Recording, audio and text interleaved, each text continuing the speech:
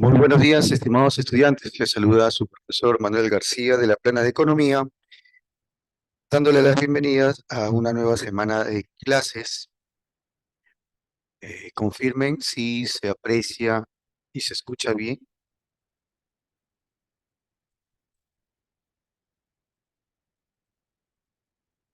Me pueden escribir en el chat.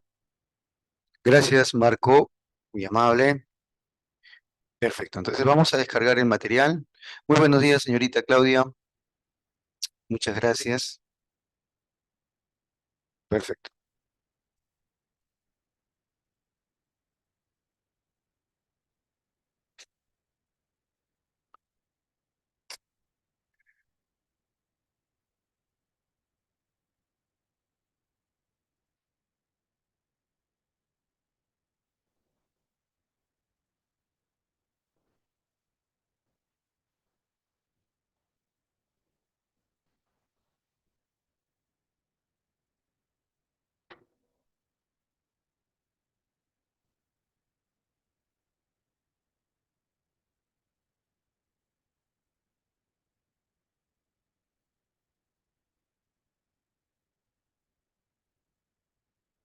Muy bien, estimados alumnos, como ustedes pueden apreciar, el tema para esta semana número 9, estamos con el tema de desempleo. Y semanas anteriores habíamos tocado el tema del trabajo, ¿no? Y habíamos conversado también que el factor clásico trabajo corresponde a un factor originario, un factor activo, generador de riqueza material en la sociedad. Y por consiguiente, enlazamos con esta semana 9 el tema del desempleo, ¿no? Vamos a definir qué es el desempleo, eh, las clases de desempleo, ¿correcto? Y también los conflictos laborales. Vamos a tocar también ese tema. Bien, entonces iniciamos, sí, vamos a iniciar, ya son las 8 de la mañana, entonces empezamos con la definición del desempleo, ¿sí? Habíamos visto la semana pasada cuando tocábamos sobre la estructura laboral y habíamos dicho que a partir de 14 años en adelante se considera a la población, tanto varones como mujeres, que ya estarían en edad de trabajar, en base a una evaluación de sus actitudes físicas y mentales, ¿no? En esa situación, separamos en dos grupos a las personas que a partir de los 14 años ya forman parte de la población en edad de trabajar. Y esos dos grupos eran la población económicamente activa y la población económicamente inactiva o también no activa, ¿sí? Entonces, en esos dos grupos eh, hablamos también que la población económicamente activa es la población que ya teniendo los 14 años para tener la edad de trabajar, estaban ocupados, o sea que ya estaban trabajando, estaban laborando, o los desocupados o aquellos que eran pues conocidos como el desempleo abierto, ¿no? El desempleo abierto o también lo que es la oferta laboral, aquellas personas que estaban buscando trabajo de manera incesante, persistente, constante, que se presentaban a los puestos laborales, ya que el empresario demanda oferta laboral, ¿no? El empresario dentro del mercado laboral es el que necesita trabajadores. O sea, tienes que ver bien esa situación. El empresario, la unidad productiva necesita trabajadores para poder generar producción, ¿correcto? Entonces, en ese sentido, dentro del mercado laboral, nosotros, el agente económico familia, es el que vende su fuerza de trabajo, vende sus conocimientos, su experiencia a un demandante que sería la empresa o la unidad productiva, ¿correcto? Entonces, cuando definimos el desempleo, estamos hablando de un periodo de tiempo en el que el trabajador, o sea, la fuerza laboral, la oferta laboral, está buscando trabajo. activamente, persistentemente, ¿sí? Y como dice el refrán, el que la sigue, la consigue, ¿no? En algún momento, dentro de ese periodo, va a conseguir el puesto laboral, ¿correcto? Pero mientras tanto va a ser un desempleado. Esa es la definición. ¿Sí? Entonces, ¿qué nos dice acá la PPT? Que es la persona que en el periodo de referencia no está trabajando, pero que se encuentra buscando activamente una ocupación, ¿sí? Se encuentra buscando una ocupación. Entonces, ahí es donde encaja dentro del cuadro de la semana anterior, que es PEA, que es PEA, que es población económicamente activa, por ese hecho sustancial de que está activamente buscando trabajo, ¿sí? Profe, y si no está buscando trabajo, ya pasa a lo que es a la población económicamente inactiva o no activa, ¿sí? El PEI, ¿no? El PEI.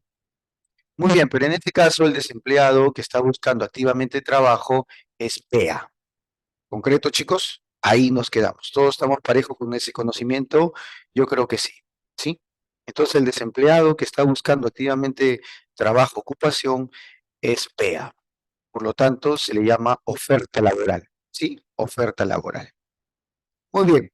Ahora, si hablamos del desempleo en el Perú, ¿sí? Justamente de estas personas que están buscando activamente trabajo, también se tiene que tocar el tema de la informalidad laboral. Entonces, es una situación que después de la pandemia ha golpeado a la clase trabajadora, ¿no?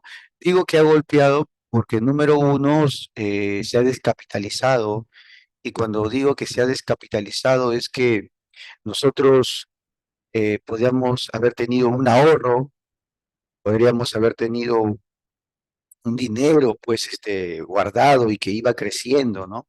Pero resulta que en la pandemia ese ahorro se ha ido. ¿Por qué? Por buscar la salud tal vez de uno mismo o la de un familiar cercano. Entonces ahí se ha descapitalizado, se ha perdido esos ahorros, ¿sí? Por buscar salud o por recuperar la salud, ¿correcto?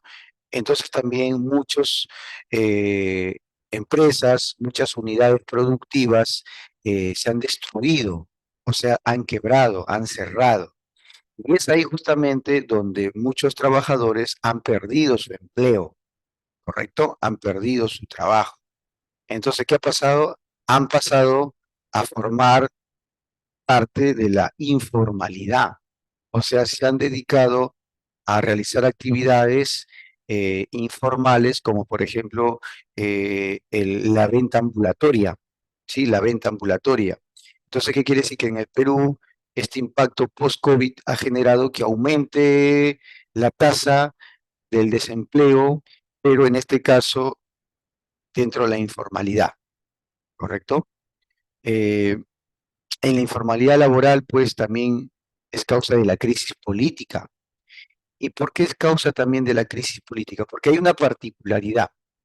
El Estado peruano, dentro de sus funciones, tiene que generar y estimular oportunidades laborales. Nosotros sabemos que el Estado, por ejemplo, hablando de la pandemia, hizo un proyecto para tener una política económicamente expansiva y que el Estado genere empleo. Ya esto más o menos, ya acabando el 2020, iniciando el 2021, planteó el programa Reactiva Perú para que el Estado genere puestos de trabajo. ¿Y cómo, profesor? Pues con inversión en megaobras, ¿no? Megaobras que puedan convocar a trabajadores. En este caso sería del sector construcción, por ejemplo. Pero también sabemos que en el sector construcción, cuando hay megaobras, hay un entorno económico, ¿no? Sí, que va a impulsar, por ejemplo, la compra de materiales, de cemento, de fierro. Los mismos trabajadores buscan alimentarse y viene pues el comercio de restaurante, ¿no? Y poco a poco se va saliendo de esa crisis, pero es porque el Estado está cumpliendo su función. O sea, no es que el Estado está haciendo algo, digamos, novedoso, no, ya en la Constitución se plantea que el Estado debe promover el empleo, debe promover las oportunidades laborales a través de la inversión, ¿sí? Ya sea inversión propia, cuando genera proyectos, obras, o ya sea atrayendo inversionistas extranjeros para que pueda aumentar el empleo. Entonces, si hay una crisis política, el gobierno está en otra mirada, ¿no? No está enfocado a desarrollar su función. Todo eso somos testigos, ¿no? En los últimos meses, el gobierno se ve más comprometido en temas de corrupción, ¿no? Entonces, ahí está la crisis política. Otro, el cambio climático, cómo el fenómeno del niño ha golpeado fuertemente el sector agricultura, ¿sí? Entonces, en ese sentido también, pues, hemos tenido últimamente años difíciles, ¿no? Sobre todo con la llegada del fenómeno del niño, que ha cambiado el entorno climático, ¿no? Entonces nos ha golpeado también. Es como que todas las desdichas en tan corto tiempo se han juntado, ¿no? Y eso ha golpeado la economía, ¿no? Desde el 2020, 2021, 2022, ¿correcto? Y esto ha incrementado también la pobreza, ¿sí? Y dice en este último párrafo que eso especialmente afecta a los jóvenes.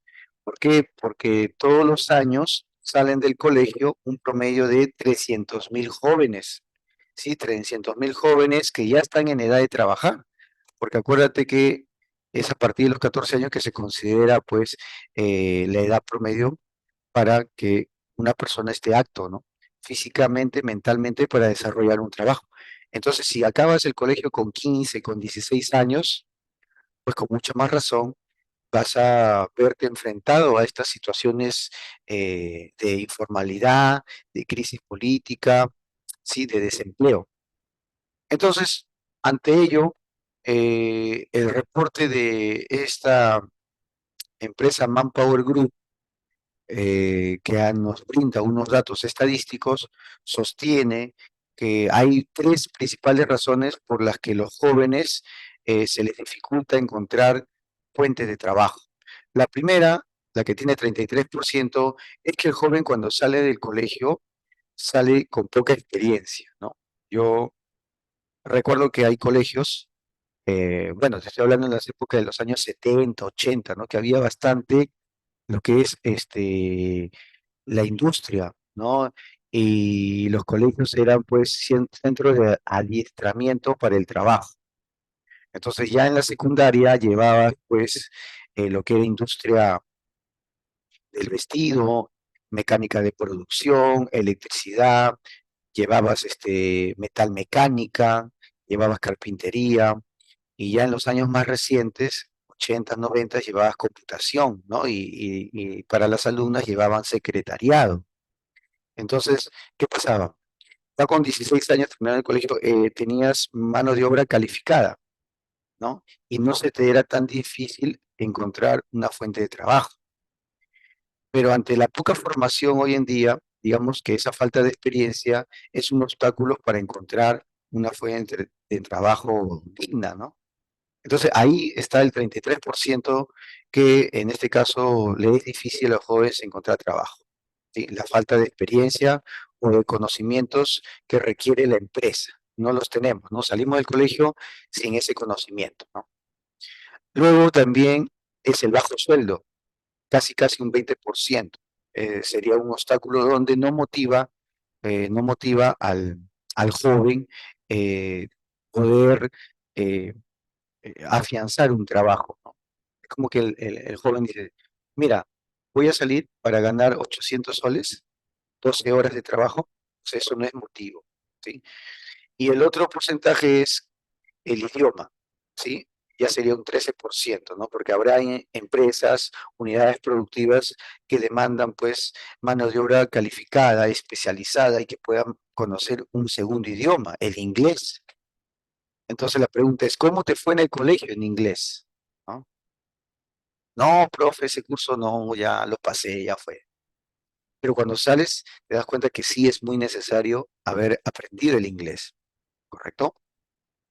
Bien, entonces ahí están las tres razones por qué a los jóvenes se les dificulta encontrar fuentes de trabajo, ¿sí? Muy bien. Ahora, ¿cómo está la tasa de desempleo?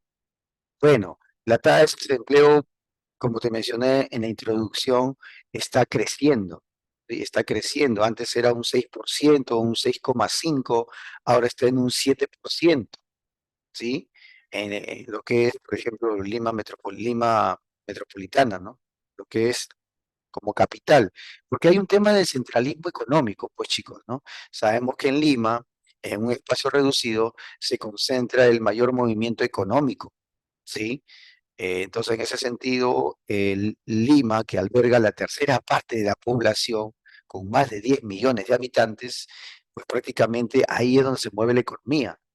Entonces ahí la tasa de desempleo ha crecido, ¿sí? Ha crecido. Y ya producto de lo que te acabo de mencionar, ¿no? La crisis sanitaria que dejó el COVID, la crisis política, la falta de inversión, ¿correcto? Entonces ya no hay oportunidades, digamos, creciendo, sino al contrario, disminuyendo. Es como que yo te diga, miran chicos, hace unos 16 años atrás, el Perú estuvo en su apogeo, ¿no? Justo cuando tú llegabas al mundo, ¿no? Hace 16 años atrás, pues tú estabas naciendo, ¿no? Y tú naciste en una época de bonanza económica, ¿sí? Eh, digamos que tus padres estaba yendo bien la situación, había bastante crecimiento económico y esa era la época, pues, que tú estabas naciendo, ¿no? Entonces, en ese sentido había crecimiento económico, el PBI estaba casi al ritmo de China, ¿no? Entonces, digamos que había un ciclo económico favorable, ¿correcto? Hasta ahí creo que me vas entendiendo el tema. Pero desde ahí hasta ahora se ha visto prácticamente que ya no vienen más inversiones. ¿Y por qué no vienen más inversiones? ¿Por qué no vienen más empresas así como la empresa transnacional Claro, en el tema de las telecomunicaciones, ¿no? ¿Por qué no vienen más empresas, por ejemplo, como eh, el sector extractivo, ¿no? Empresas mineras, ¿no? ¿Por qué no están viniendo o viendo con buenos ojos al Perú? Pues justamente que desde el año 2017, 2018, estamos teniendo prácticamente crisis política. Y si la crisis política es tener 5 presidentes en 5 años, entonces cualquier inversionista serio, grande, que se respete, dice, oye, ¿qué está pasando en ese país? Que en 5 años tiene 5 presidentes, o sea, un presidente cada año. Entonces no va a venir al Perú, no va a invertir en el Perú, porque es un inversionista formal, serio, que va a querer las reglas de juego claras, o sea, va a querer estabilidad jurídica, va a querer estabilidad legal. Entonces, en un país que tiene 5 presidentes en 5 años, no lo va a pensar. Dice, no, en ese país primero que arregle su situación, porque yo necesito estabilidad jurídica, las leyes claras. Y si yo voy a un país que cada año tiene un nuevo gobierno, en promedio, no me es factible, ¿no? Entonces hay que solucionar la crisis política, ¿sí? Para también mejorar en lo económico. Va de la mano, ¿no? Va de la mano. Entonces no hay cuerdas separadas, como se pensaba. La economía por un lado, la política por otro lado. No, no, no, no, no es así. Todo es transversal, todo es integral, se relaciona. La sociedad tiene redes neuronales, ¿sí? Entonces, desde afuera nos ven no con buenos ojos, ¿correcto? Tú ponte en el calzado del inversionista, que tú tuvieras 20.000 millones para invertir en una nueva empresa de telecomunicaciones. ¿Qué país eliges? ¿Sí? ¿Chile o Perú? ¿Dónde hay más estabilidad jurídica? ¿Dónde las leyes están claras? Entonces ahí ponte a pensar, ¿dónde invertirías? Así es, Leonardo. ¿Ya? Entonces, ahí te estoy explicando ya para que entiendas un poco más la realidad nacional que está pasando, ¿no? Entonces, profe, claro, si no vienen más inversiones, no vienen más empresas serias, formales, ¿qué va a haber? Desempleo, ¿sí? Desempleo. O lo que es la informalidad, ¿sí? La informalidad. Bueno, acá hay una fórmula, a ustedes que les gustan las matemáticas, la tasa de desempleo se mide en el numerador a los desempleados entre toda la PEA, ¿sí? Toda la PEA. Podríamos asumir que la PEA, por dar una cifra para que te hagas una idea, la PEA estaría en unos 4 millones y los desempleados estarían pues prácticamente en 1,5 millones o 2 millones. Entonces, si a esto le haces la división y lo multiplicas por 100 para salir en porcentajes, te va a salir ese 7%, ¿no? Que yo te estoy mencionando, ¿sí? Dice, si la tasa de desempleo en nuestro país es del 7%, ¿qué quiere decir? Que de cada 100 personas que pertenecen a la PEA, o sea, a la población económicamente activa, y de 14 años a más, que ya están en condiciones de trabajar, entonces de esos 100 de PEA, 7 están sin trabajo, buscando trabajo, ¿ya? 7 de cada 100 están buscando trabajo activamente. Eso es lo que significa. ¿Ya, chicos? Muy bien. Recuerda, el desempleo se da cuando la oferta laboral excede a la demanda laboral, ¿sí? O sea, yo te había dicho al inicio de la clase que nosotros, los trabajadores, ustedes cuando terminen su carrera en la uni y sean ingenieros, ustedes van a salir con todas las ganas de ofertar su conocimiento, de entregar su sabiduría, su técnica a la sociedad. Entonces ustedes son la oferta laboral. ¿Y quién es la demanda? Todas las empresas, ya sean públicas, privadas, que va a solicitar conocimiento, ¿sí? Tu especialidad. Pero ¿qué dice? Dice que el desempleo se da cuando la oferta laboral, o sea, ustedes, nosotros salimos, ¿no?, a ofertar, a buscar el trabajo y las empresas nos demandan, resulta que la demanda es pequeña, que es superada por la oferta. Es como que todas las empresas juntas, privadas y públicas, demanden 100, pero la oferta es 300. Entonces, si la demanda es 100 y la oferta es 300, va a haber 200 que no van a ser empleados. ¿Me dejo entender? Eso es lo que va a pasar, ¿correcto? Por eso es que hoy en día, lamentablemente, con mucho dolor, vemos a buenos jóvenes talentosos que se van del país. Es alarmante. O sea, a medida que no hay oportunidades, que la demanda laboral, que la empresa te absorba o que una buena empresa te absorba, el joven está tomando decisiones de buscar, con todo su conocimiento universitario, buscar en otros países la demanda, que lo contrate, ¿sí? Entonces eso es lo que está pasando. Y ahí es una grave situación porque el Estado ha invertido en ese joven que sale de la UNI, que sale de San Marcos. El Estado ha invertido, porque el Estado subvenciona la educación. Pero ¿cómo se puede dar el lujo el Estado peruano de invertir en nuevos talentos, en el recurso humano, que es lo más valioso, y dejarlo que se vaya? ¿Qué? Porque no está generando su función, no está generando inversión para crear más fuentes de trabajo transformativo, ¿sí? Industrial. Entonces el joven se va a ir con todo derecho, con toda razón, porque el Estado no está cumpliendo su función. No hay inversión, no hay atracción de nuevas inversiones, no hay fomento al conocimiento de la tecnología. Se ha quebrado la columna transformativa. Entonces, ahí está la explicación porque el joven está pensando en irse y el Estado, pues, es responsable. El mal manejo económico, la política de no inversión en la educación, ahí está la razón, ¿sí? Y en el fondo sabemos pues, que la clase política obedece a sus intereses individuales, no de país. Ahora vamos a ver, después de esta observación, vamos a ver los tipos de desempleo, ¿ya? El desempleo cíclico, ¿no? Lo voy a explicar eh, con una gráfica, ¿sí? Una gráfica como las olas del mar, ¿no? Quiero que te vayas imaginando las olas del mar ondeadas, ¿no?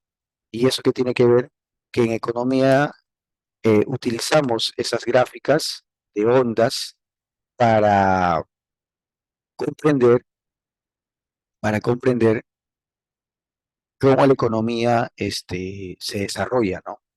Hay épocas, como dice, de vacas gordas, hay épocas de vacas flacas, y justamente esas épocas de vacas gordas está relacionado con eh, los precios de los metales en el mercado internacional.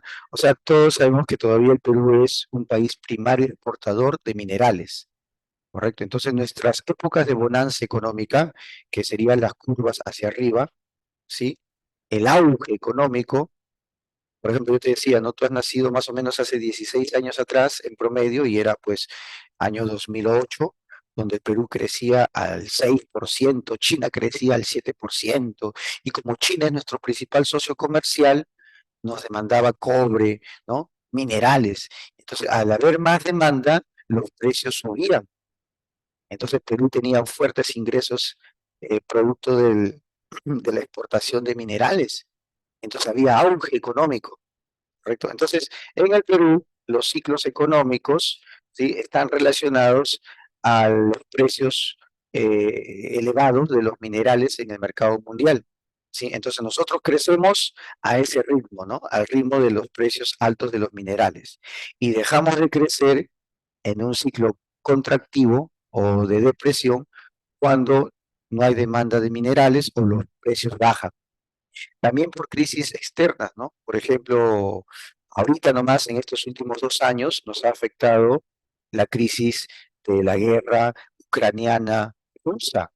¿Y cómo nos puede afectar eso? Porque suben los precios de la soya, suben los precios del maíz, del trigo, suben los precios del petróleo, y como el Perú demanda petróleo en un 70%, estamos comprando un petróleo producto de la crisis de la guerra, caro, estamos comprando un maíz caro, una soya que es derivado para hacer el aceite, y por eso tú ves que sube el pollo, que sube el aceite, que sube los pasajes, que sube todo.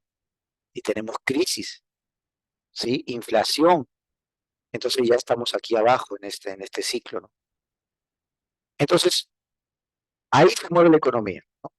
Entre razones externas que le llamamos exógenas y razones internas, por ejemplo, políticas, que le llamamos endógenas, ¿sí? Entre lo endógeno y lo exógeno, ahí se mueve el ciclo económico, ¿sí? Ahí están las olas del mar que yo te decía, ¿no? Entonces, cuando hay depresión, crisis, ¿qué hay? Desempleo, desempleo, ¿sí? Entonces, eh, ahí está la explicación en base al ciclo económico.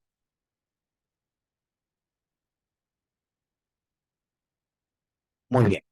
Entonces, si tenemos un ciclo depresivo, un ciclo a la baja, ¿sí? En esa curva, entonces obviamente esa fluctuación hará que sea un momento difícil, ¿no? Para la clase trabajadora, no va a haber empleo, ¿sí?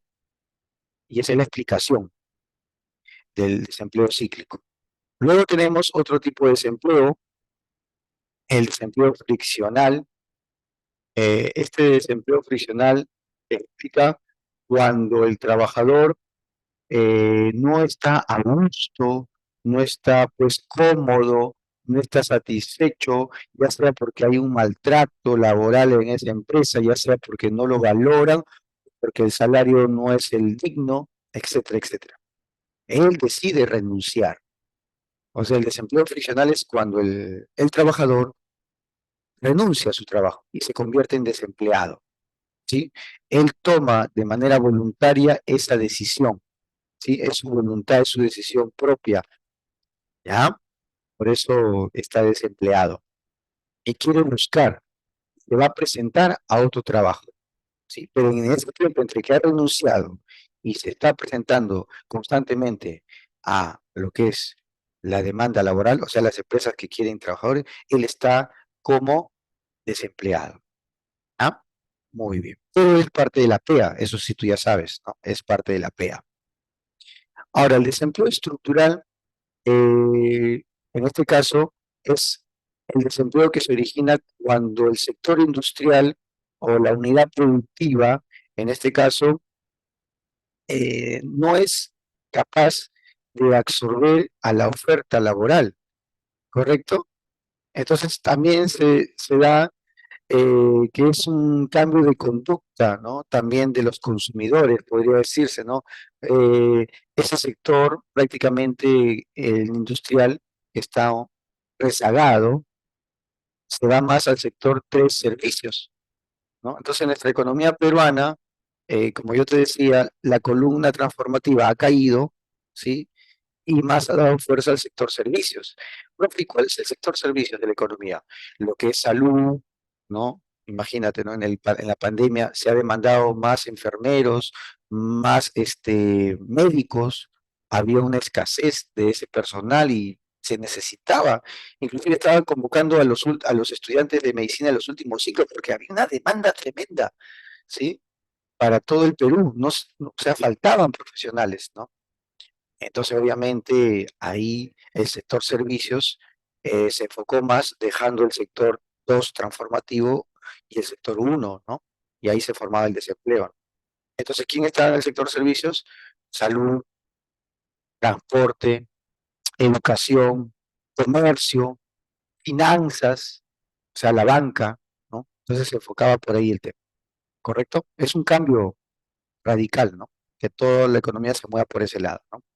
Pero eso ya venía sucediendo, yo te comentaba, desde décadas pasadas, ¿no? Con la llegada del neoliberalismo, neoliberal, de un pensamiento en que los países subdesarrollados están condenados a no hacer transformación industrial, tecnológica, simplemente a vender materia prima. Entonces, bajo ese enfoque neoliberal que nos condena a los países ricos en recursos naturales a simplemente exportar al paso su riqueza y no transformarla, condena que haya desempleo en el sector industrial transformativo, ¿no? Yo te pregunto, si el Perú tiene oro, tiene cobre, ¿por qué no somos potencia en hacer alhajas, collares, eh, digamos, toda una situación transformativa? Si tenemos todo, tenemos el recurso, tenemos la capacidad. O sea, ancestralmente el Perú siempre ha hecho buenos diseños de collares, de alhajas, de joyas ornamentales, y nosotros en el mundo podemos ser potencia mundial en vender todo tipo de alhajas, ¿no? De joyas. Nosotros hacerlo, no que lo hagan otros, y exportar un producto con alto valor agregado. ¿Qué nos falta? Entonces a eso me voy, ¿no? O sea, falta esa capacidad de ver al Perú como una posibilidad industrial. Ahora tenemos el litio. ¿Qué vamos a hacer? ¿Vendemos litio al peso? ¿O le decimos a una empresa tecnológica avanzada que acá haga la batería de litio, acá? Que como yo tengo gente de la UNI, gente de Senati y mucha gente que puede desarrollar el sector 2 industrial, que acá me venga a hacer las baterías, que capacite a mis manos de obra calificada y acá se quede la tecnología. Si no, no te doy litio. ¿Quieres litio? Acá hazme la batería. Ven con toda tu tecnología y hagámoslo acá, en mi país. Yo creo que eso es posible. Entonces generaríamos más fuentes de trabajo, generaríamos más oportunidades para los jóvenes que salen de las carreras de esa especialidad y cambiamos la mirada del neoliberal y demostramos que en el Perú también se puede hacer tecnología. Así como el año 70, que el Perú hacía autos, ensamblaba los Volvo, ensamblaba los Volkswagen. Acá se hacía eso, chicos. Acá se hacía maquinaria pesada, sector 2, sector transformativo, pero con la llegada de ese pensamiento liberal ha caído, pues, ¿sí? Hemos caído en el facilismo de comprar todo hecho, todo listo de los países desarrollados. Muy bien, no sé si hasta aquí hay alguna pregunta, algún comentario, con total confianza, chicos, por favor. ¿Ya? Bien, ahora pasamos a la segunda parte, vamos a hablar del sindicato. O sea, ya entramos a conflictos, ¿no? Conflictos laborales entre el trabajador y, y la unidad productiva, la gerencia, el dueño de los medios de producción, el capitalista, ¿no? Entonces, ¿qué cosa es un sindicato? Es una organización de los trabajadores, o sea, los trabajadores se organizan, ¿sí? En colectivo, ¿ya? Ya sea dentro de una unidad productiva o también como un gremio del mismo giro, del mismo rubro. Es como decir, oye, mira, tú eres trabajador de una empresa que hace alimentos, sí, allá, y ahí hay un sindicato. Acá hay otra empresa que también está en ese mismo rubro, que también hace galletas, ¿no? Dulces también, alimentos. Acá hay otra también que trabaja en el área de también alimentos procesados, ¿no? De repente estos snacks. Pero las tres empresas de snacks, de galletas o del tema pues de comestibles forman un gremio, porque están en el mismo rubro. Entonces puede ser que en esa situación se unan para tener más presencia y defiendan sus derechos laborales. El primer derecho que te va a defender todo trabajador es respetar las 8 horas diarias de trabajo, ¿sí? Que el trabajador no lo explote exigiéndole 16 horas, 14, ¿no? Sino que se respete la jornada de 8 horas, ¿correcto? Entonces, tú me puedes preguntar, "Profe, pero es el sindicato, la empresa no le gusta, ¿no? No quiere, los despide, los vota, ¿no? Hace todo lo posible, ¿no? Pero lo que busca el sindicato es defender esos legítimos derechos que a lo largo de la historia, ¿no? Se han ido obteniendo en la sociedad y algunos de ellos muchos producto de, eh, digamos, de perder la vida, ¿no? Ahí están los mártires de Chicago, ¿no? Que luchaban porque en la fábrica no se trabaje 18 horas, 18 horas se trabajaba, joven, en el siglo XIX, ¿no? En plena revolución industrial. Entonces exigían por la demanda que el trabajador se quede 16 horas a trabajar.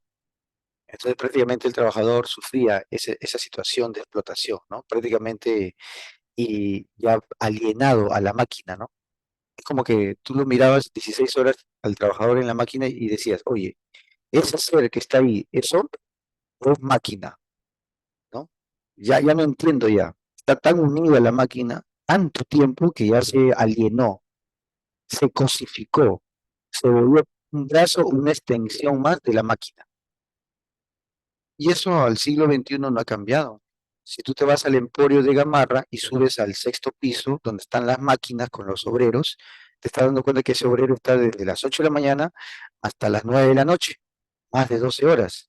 Ahí dale, dale, dale, dale, produciendo, ¿no? Acuérdate que ese es el trabajo al destajo, ¿no?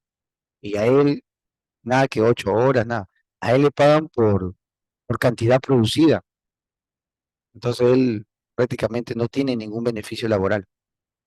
Entonces, te voy a mostrar lo que dice la Constitución Política del Perú con respecto a lo que estamos conversando, ¿correcto? Muy bien, a ver, veamos. Dice así, Constitución Política del Perú, 1993, artículo 20, a ver, ¿desde dónde te puedo leer? Desde el 25.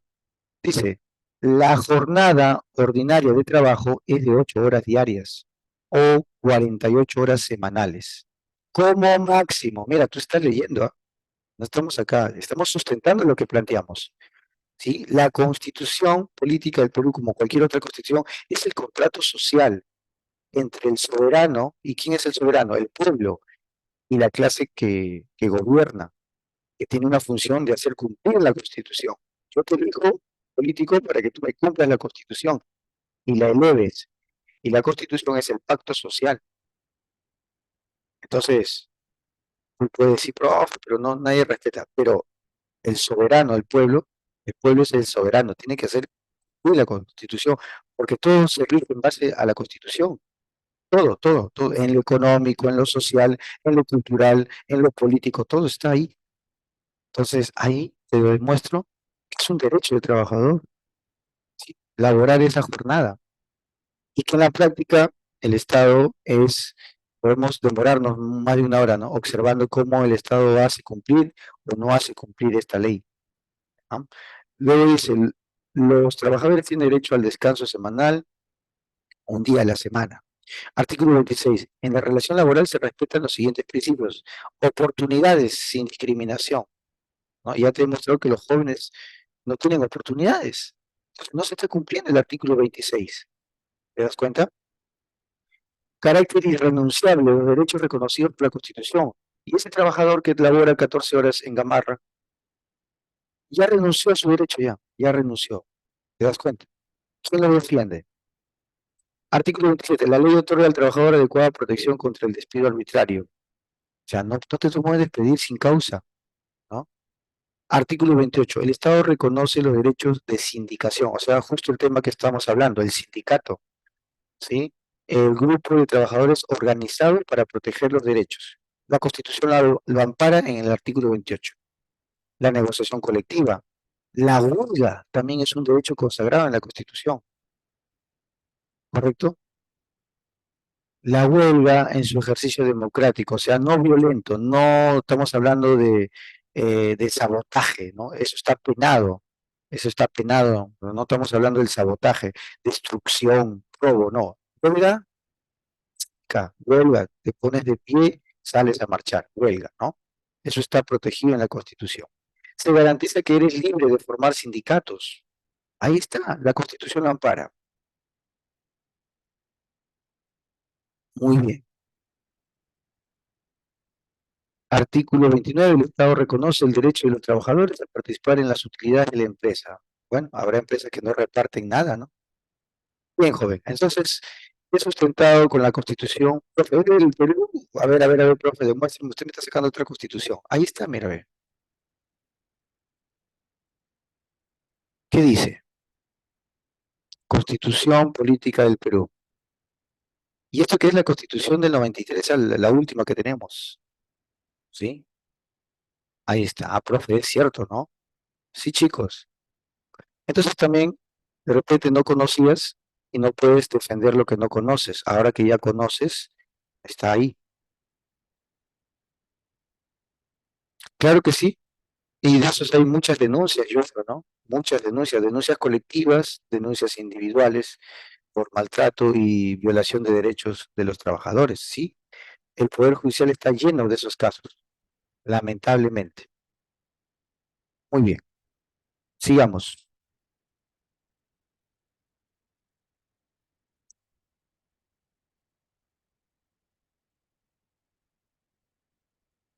Bien, entonces ya hemos definido qué cosa es el sindicato. Es una organización donde están los trabajadores que se han organizado para defender, proteger sus derechos legítimos, ¿ya? Reconocidos en la Constitución. Chicos, la Constitución es la ley de leyes, ¿ah? Ninguna ley está por encima de la Constitución, ¿sí? Ninguna ley está por encima. La Constitución es la máxima de todas las leyes, ¿sí? Al igual que los tratados internacionales. De ahí abajo, todas las demás leyes están por debajo. Las leyes que saca el Congreso, por debajo. Las leyes que saca el presidente, por debajo. Las leyes que saca el alcalde, por debajo. Ya no te olvides de eso, es importante para que tú seas un nuevo ser pensante y entender que todo es posible si el pueblo lo considera, ¿correcto? Ahora también hay organismos internacionales, la OIT, que es parte de las Naciones Unidas, y tú sabes que las Naciones Unidas es el conjunto de más de 197 países, ¿sí? O sea, prácticamente casi todo el mundo. Están organizados en Naciones Unidas para crear la OIT, la Organización Internacional del Trabajo, que sea un ente observante, garante, eh, consultivo, ¿sí? Para proteger derechos laborales en el mundo, ¿ya? ¿Que tiene capacidad sancionadora? No, no lo tiene, pero sí su función es de asesorar a los países, observar si están fallando, ¿no? Y no solamente a los estados, sino también a las empresas y a los sindicatos, ¿sí? La OIT tiene ese rango.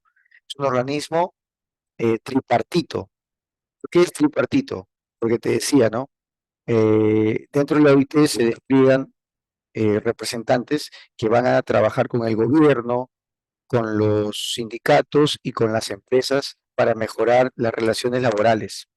Hay, profe, ¿cuáles son las funciones de la OIT, de ese organismo internacional de trabajo?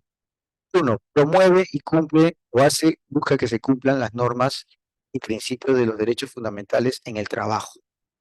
Dos, crea mayores oportunidades para que mujeres y hombres puedan tener empleos e ingresos dignos. Tres, busca mejorar la cobertura y la eficacia de una seguridad social. O sea, quiere decir que el trabajador va laborando y al final tiene que generar un- una posibilidad de que cuando se jubile tenga un fondo de jubilación, o sea, una pensión, para que obviamente cuando ya se dé de baja en el trabajo por edad, pueda tener con qué mantener su vida, ¿no? Y a eso le llamamos cobertura social, ¿no? Tu jubilación. Y por último, fortalecer el tripartismo, o sea, el diálogo entre gobierno, organizaciones de empleadores, o sea, empresa y trabajadores, ¿sí? Que haya un mejor entendimiento en esos tres ámbitos. Cosa que el Perú está lleno de conflictos de este tipo, ¿no? Conflictos sociales, medioambientales, de derechos de trabajadores. Estamos llenos de, en el Perú hay más de 300 conflictos de este tipo, ¿sí? Y la mayoría están relacionados a la minería, ¿sí? A los proyectos mineros. Entonces ahí hay mucho que trabajar y el gobierno no tiene esa capacidad, lamentablemente, ¿no? De ponerse al centro entre la empresa minera y los trabajadores, para que todo fluya, pues, no tiene esa capacidad, ¿sí? Lamentablemente. Y por eso los proyectos que podrían levantar al país están estancados, ¿sí? Recuerda, la OIT como Organización Internacional del Trabajo está en Ginebra, Suiza. Ahí tiene su sede, ¿no? Está en la foto ahí. Muy bien, chicos, no sé si hay alguna pregunta aquí. Bien, sigamos entonces. Pueden escribir en el chat en cualquier momento. Conflictos laborales. A ver, hablando de conflictos, justo te estaba diciendo que en el país hay, están detenidos proyectos por no entenderse, por no dialogar y porque el gobierno no ayuda al diálogo, ¿no? Entonces, cuando hay conflictos laborales, el trabajador opta, cuando no hay diálogo, opta por el paro. ¿Y qué es el paro? El paro es la suspensión de actividades en la empresa por un máximo de 3 días. O sea, 3 días sería 72 horas, ¿no? O sea, puede el paro ser de un día, 24 horas, puede ser de 48 horas, 2 días, y puede llegar máximo hasta 72 horas, 3 días, ¿correcto? ¿Y qué busca, profe, el trabajador en el paro? Busca que el empresario dialogue con los trabajadores. Por eso en la Constitución, yo te decía, te hacía ver en un artículo, que la Constitución protege al sindicato, a la formación de sindicatos y a la negociación colectiva. Entonces, en ese párrafo donde dice negociación colectiva, se entiende que ¿quién tiene que negociar? Los trabajadores con la empresa. Esa es la negociación colectiva, ¿no? Ponerse de acuerdo. Profe, ¿en qué se ponen de acuerdo? Número uno, en las condiciones laborales. Número dos, en la jornada de trabajo. Y número tres, en el salario, ¿no? En esos tres giran las medidas, ¿no? Que se quieren dialogar y que muchos empleadores, empresarios no quieren dialogar. Y ahí viene el paro. Profe, y si el paro no es, digamos, no le hacen caso, ¿qué viene? ¿Qué viene? La huelga. Y la huelga es una medida ya, digamos, más fuerte, ¿no? Donde las actividades se suspenden de manera indefinida. Como dice el lema, ¿no? Si no hay diálogo, solución, la huelga continúa. Por eso es que es indefinida, no se sabe cuándo. Ya pasan los 3 días, cuatro, ¿no? Puede durar hasta meses, ¿no? Es algo insostenible, pero todo por la falta de diálogo. Y dentro de la huelga está la huelga de hambre. Yo me acuerdo, donde había más huelgas, yo recuerdo, era en la época, de los años 90. Los años 90 fue duro, ¿no? Con la llegada del neoliberalismo, eh, muchas instituciones públicas fueron cerradas, fueron vendidas, ¿no? Entonces ahí pues los trabajadores se encadenaban, ¿no? Decidían no comer por proteger sus derechos, ¿no? Y desenlaces fatales había, ¿no? Ya en brazos caídos, digamos que es más suave, el trabajador hace acto de presencia, pero no mueve la máquina, no lo mueve, está haciendo su huelga. Ajá. El boicot, ese término boicot es un apellido de un capataz de una hacienda en Irlanda, que prácticamente como tenía un maltrato a los trabajadores, se los maltrataba. Muchos jornaleros no querían ya trabajar al mando del capitán Boicot, que era su apellido, y prácticamente se unieron los jornaleros junto con otros oficios para hacer como una especie de brazos caídos, ¿no? Si está el capitán Boicot aquí en esta hacienda, oprimiendo, maltratando, yo no hago nada. No trabajo en la hacienda, no hago. Hasta que ese señor se vaya. Entonces se acuñó, ¿no? Porque el nombre es más largo del señor, y se agarró su apellido nada más, para que ese apellido, más o menos en 1860, 70, sea símbolo de protesta de los trabajadores, ¿no? De no trabajar, o sea, hasta que eso cambie, hasta que esa situación cambie, ¿sí? También es como hacer, digamos, una protesta con publicidad, como una protesta con publicidad, o sea, es como correrse la voz de que en esa empresa se maltrata a los trabajadores y una forma es prácticamente no consumiendo esos productos, ¿sí? No consumiendo. Entonces, el boicot es una práctica organizada que consiste en negarse a comprar, ya actualmente, ¿no? Actualmente, o sea, yo te estoy contando la historia, pero actualmente se utiliza para negarse a comprar, a consumir, ¿sí? O a mantener cualquier una relación comercial con esa empresa que maltrata a sus trabajadores, por decirlo, o que apoya una causa abusiva, ¿no? Ahorita en el mundo, por ejemplo, ha caído las ventas de McDonald's y de Starbucks, ¿no? Esa cadena de café. ¿Por qué, profesor? Porque uno de sus CEOs, o sea, de sus líderes ejecutivos, ¿sí? CEO significa Company Executive, el que ejecuta la compañía, la organización, ¿no? Es como que el gerente general que ejecuta, ¿no? Pero que no es el dueño, ¿no? No es no son los accionistas mayoritarios, sino es el que ejecuta.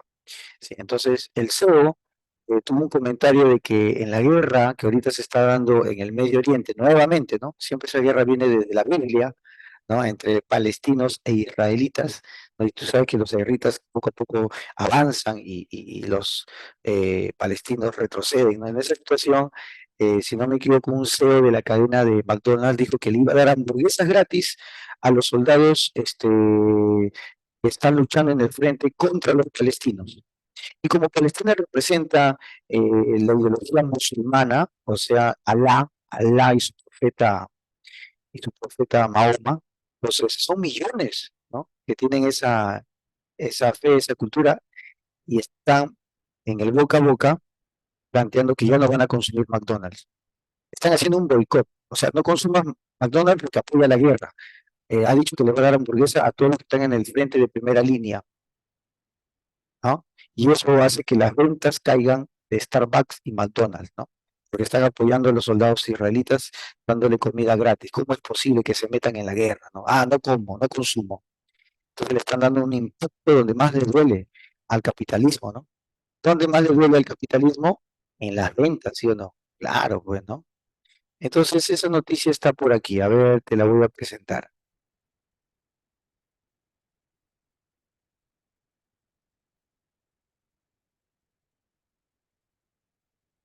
Acá está.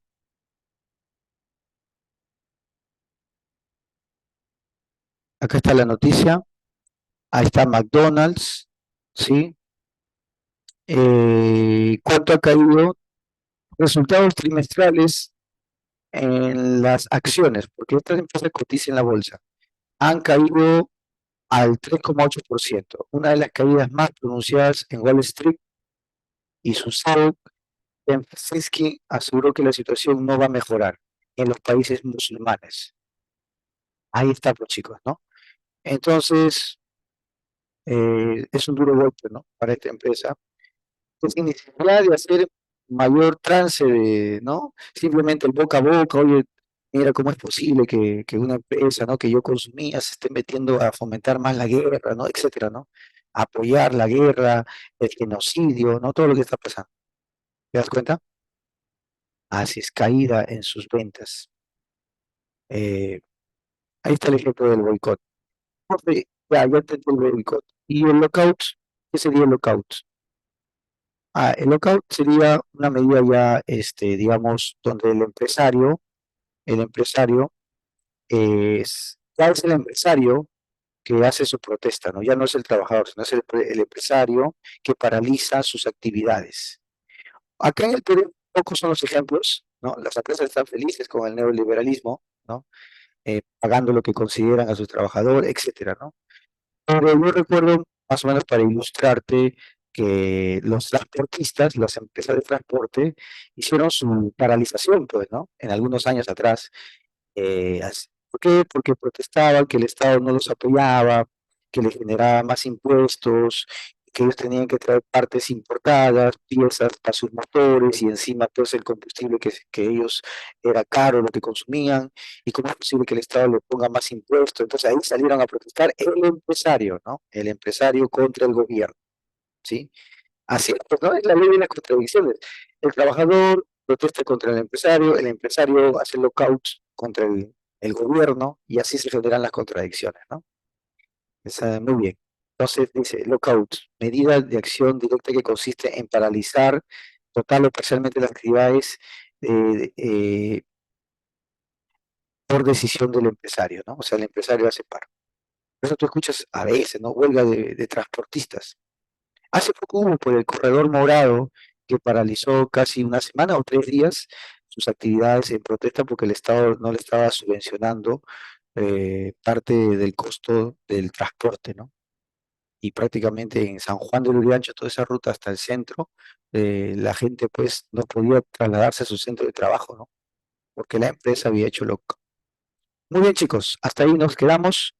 Nos quedan 5 minutos para hacer la práctica y vamos a compartir. Entonces, te invito a que saques tu material para desarrollar nuestras preguntas de esta presente semana.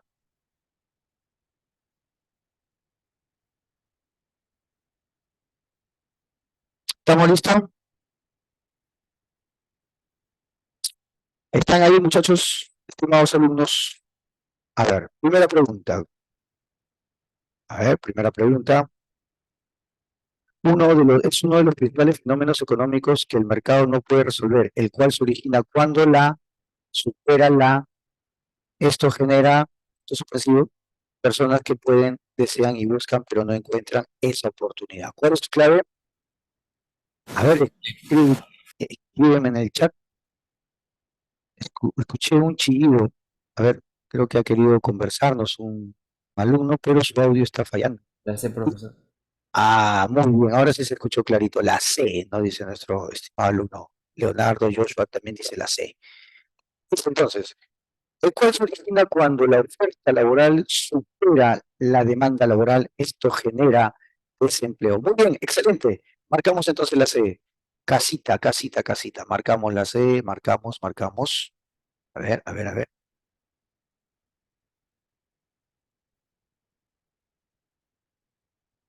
Ahí está. Ahí está nuestra clave entonces. 1C, 1 casita. Listo. Muy bien. Guardamos. Vamos con la siguiente. El Instituto Nacional de Estadística e Informática, INEI, elabora la situación del mercado laboral de Lima Metropolitana en forma mensual. Para ello considera a las personas que durante el periodo de referencia están trabajando, ocupados o buscando trabajo. Hasta ahí yo ya entiendo que me está diciendo la PEA, ¿no? Que si buscan trabajo activamente es PEA, junto con los que ya tienen trabajo. Entonces, dice, quienes forman parte de, ¿cuál sería tu clave?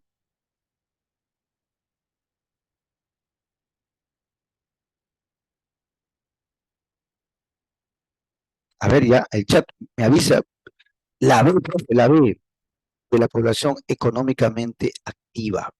¿Quiénes forman parte de la población económicamente activa? Muy bien, chicos, muy bien, excelente. Vamos a sombrear entonces nuestra clave, la población económicamente activa.